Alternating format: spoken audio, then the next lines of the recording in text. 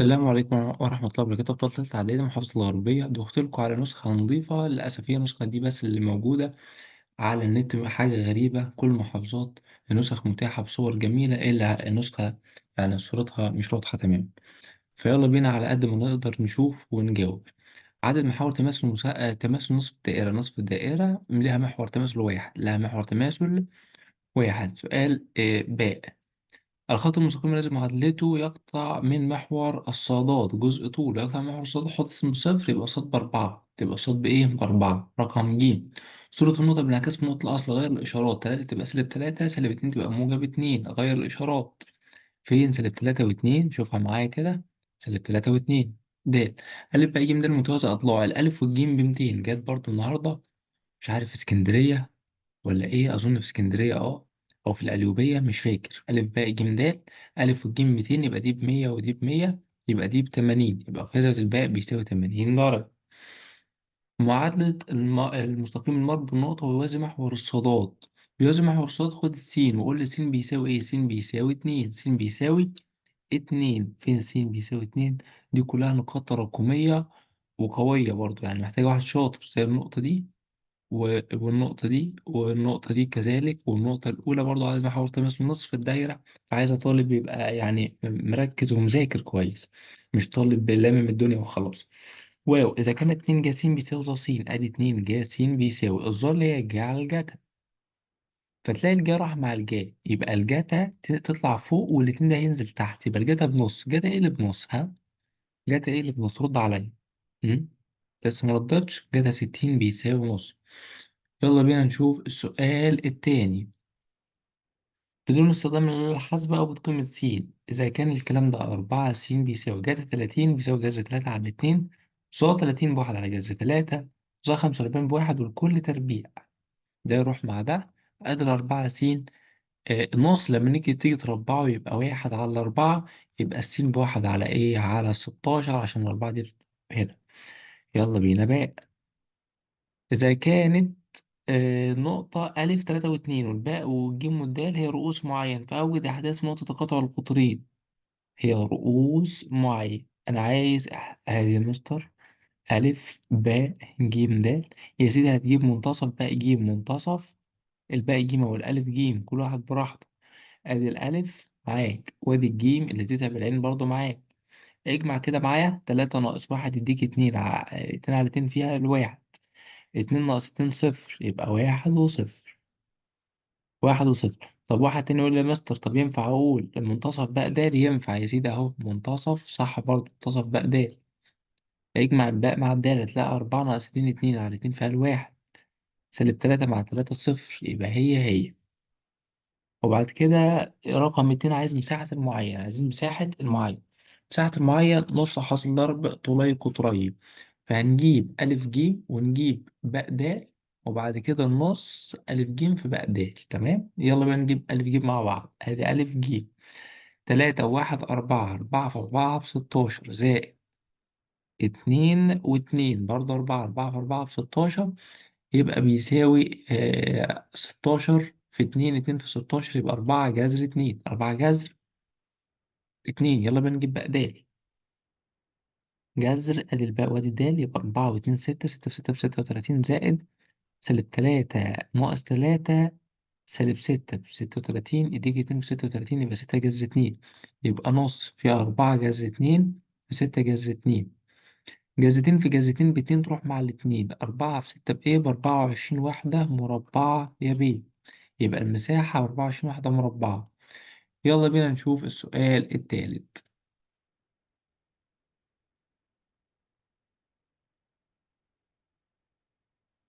يلا بينا نشوف السؤال التالت. السؤال التالت بيقول لك إيه؟ اللهم صل وسلم وبارك على رسول الله. بيقول لك معايا الألف بخمسة وواحد والباء بتلاتة والجيم. اثبت إن النقاط دي ليست على استقامة واحدة. هتجيب مين ألف باء؟ ما مين ألف باء هتلاقيه واحد وسبعة تمانية على خمسة ناقص تلاتة اتنين بيساوي أربعة. وهتجيب ميل باء جيم هتلاقيهم مختلفين. هتلاقي ميل ألف باء مش هو ميل باء جيم. هات لي ميل باء جيم. سالب سبعة ناقص التلاتة. هي ناقص ولا سالب دي؟ لا مش شايفها. سالب 7 أنا هحلها كأنها موجب 3 يا أبطال، يبقى -7 ناقص ال3 -10 على 3 ناقص 1 2، يبقى بيساوي -5. هتقول له طالما م1 لا يساوي م2 إذا ليست على استقامة واحدة. يلا بينا. باء. بيقول لك بدون استخدام الحاسب أوجد قيمة 3 ناقص ظا 45 بيساوي 4 جا 30. سؤال مضمون بنسبة 100% بإذن الله، بس خلينا نكبر النسخة دي كمان، يمكن تظهر ناقص ولا زائد، دي حالتها حالة والله. تمام. كل اللي عليك تعمله شوف ظا 45 بإيه، والله ظا 45 بواحد، طب جا 30، جا 30 بيساوي نص، وتبدأ تشوف بقى الكلام ده أنت حسب الإشارات، عشان أنا صراحة مش شايف الإشارة هنا ولا شايف الإشارة هنا، يعني أنا مش شايف دي زائد ولا إيه. طب أنا هحلها كأن دي ناقص وكأن دي قسمة، كأن المسألة كده، بس أنت تبقى عارف إن حل المستر كده، فلو هي مش كده ما تبصش بقى على الحل. أدي 3 ناقص ظا 45 بواحد على 4 جا 30 بنص. طب 1/4 في نص، ترى دي هنحلها ازاي؟ يا سيدي اقسم يا سيدي، وبعد كده اضرب يا سيدي، هو نص الربع يديك 2، يبقى الناتج كله هيبقى 1/2، 3 ناقص نص بيساوي 2 ونص، لكن الإشارات مش واضحة تماما. أنا بحثت على النت عندي برضو مش لاقي الاختبار. أهو لسه نازل نسخة جميلة، ثانية واحدة، في نسخة معايا واضحة. 3 ناقص ظا 45 على 4 جا 30. أبطال زي ما احنا كاتبينها كده، اتأكدنا الحمد لله في نسخة محترمة نزلت. يبقى 3 ناقص ظا 45 بواحد على 4 جا 30 اللي هو 4 في النص، يبقى 3 ناقص.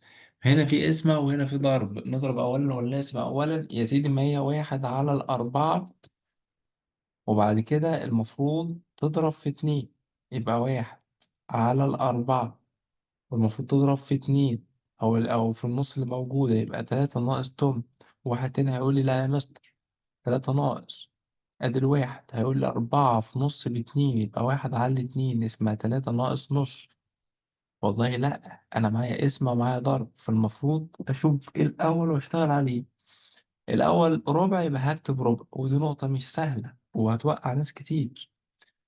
يبقى 3 ناقص 8، 3 ناقص 8 واحد مقام على 8، 3 في 8 ب24 ناقص التمن، 24 ناقص واحد بيساوي إيه؟ بيساوي 25، بيساوي 23 على 8. تمام، يلا بينا نشوف السؤال اللي بعده كمان. السؤال الرابع بيقول لي أوجد معادلة المستقيم، هجيب الميل. الميل بتجيبه زي مستر فرق الصادات اللي هو 1 و1 2 على 1 ناقص 2 سالب 1، يبقى بيساوي -2. يبقى الصاد بيساوي -2 س زائد الجيم، عوض مثلا ب1 و1. يلا بينا نعوض، أدي 1 وأدي 1، -2 تروح هناك موجب 2، يبقى الجيم ب3. إذا المعادلة هي الصاد بيساوي -2 س زائد 3، هي دي المعادلة لرقم سؤال الرابع ألف. يلا بينا سؤال رقم 4 باء. س ص ع مثلث قائم زاوية في صاد. أدي مستر المثلث س ص ع قائم زاوية في صاد، س ص ب5، س ع ب13، فأوجد قيمة الظا س. أولا ص ع هنجيبها بنظرية فيثاغورس، 13 تربيع ناقص 5 تربيع وناخد لها الجذر ادينا 12. تمام. طب هو عايز كمان ظا س زائد ظا ع، ظا س زائد ظا ع. والله ظا س ب12 على 5، لكن ظا العين ب5 على 12. نوحد مقامات على 60 واضرب بوكسات يديك 144 زائد 25، 9 4 2 6 1، 169 على 60، 169 على 60. هل دي لها اختصار؟ لا أدري، يلا بينا نشوفها مع بعض. 1 6 9 169 على 60 بيساوي إيه؟ ملهاش اختصار، يبقى سيبها له كده. ده بالنسبة للسؤال اللي هو أوجد ظا زائد ظا. هو هي في الآخر ممكن تكون على، بس احنا شايفينها غلط ولا إيه؟ هي زائد إن شاء الله، بس هو امتحانات كويسة. ماشي. يلا بينا نشوف آخر سؤال هتبقى إيه فكرته. إذا كان المستقيم لام واحد يمر بالنقطتين والمستقيم لام اتنين يصنع زاوية قياسها 45. والله النقطة الأولى تلاتة وواحد واتنين وكاف. هجيب الميل الأول اللي هو كاف واحد ناقص كاف أو كاف ناقص واحد براحتك على تلاتة ناقص اتنين واحد. وبيقول لك أوجد قيمة كاف إذا كانوا مستقيمين متعامدين. طيب فين الميل التاني؟ الميل التاني بظا 45 اللي هو برضه بواحد. أدي الميل الأول في الميل التاني هساويهم بسالب واحد عشان قال لك متعامدين، يبقى واحد ناقص كاف بيساوي سالب واحد. سالب كاف بيساوي سالب اتنين عشان موجب واحد راح هناك بسالب واحد مع سالب واحد يبقى سالب اتنين. يبقى الكاف بيساوي اتنين، الكاف بيساوي اتنين. يلا بينا آخر سؤال. أوجد معادلة المستقيم المار بالنقطة ويوازي المستقيم. والله بيوازي يا مستر يبقى هجيب نفس الميل. فين الميل هنا؟ سالب معامل السين على معامل الصاد، ده الميل ميم واحد، يبقى ميم اتنين برضه بسالب نص. أغير لك اللون مش هيبقى أنا وهم عليك يعني. أدي يا سيدي يبقى الميل بسالب نص، يبقى الصاد بيساوي سالب نص س زائد الجيم. الصاد دي هنشيلها ونحط إيه؟ صاد سالب نص س. الجيم دول جاهز هنا بتلاتة يبقى زائد التلاتة، وده كان اختبار الغربية ما كان بخطأ فهو مني ومن نفسه من الشيطان ما كان متوفيق من الله عز وجل. نشوفكم إن شاء الله في اختبار جديد، يا رب تكونوا قفلتوا اللي قفل الامتحان، بتكتب لي في التعليقات. السلام عليكم ورحمة الله وبركاته.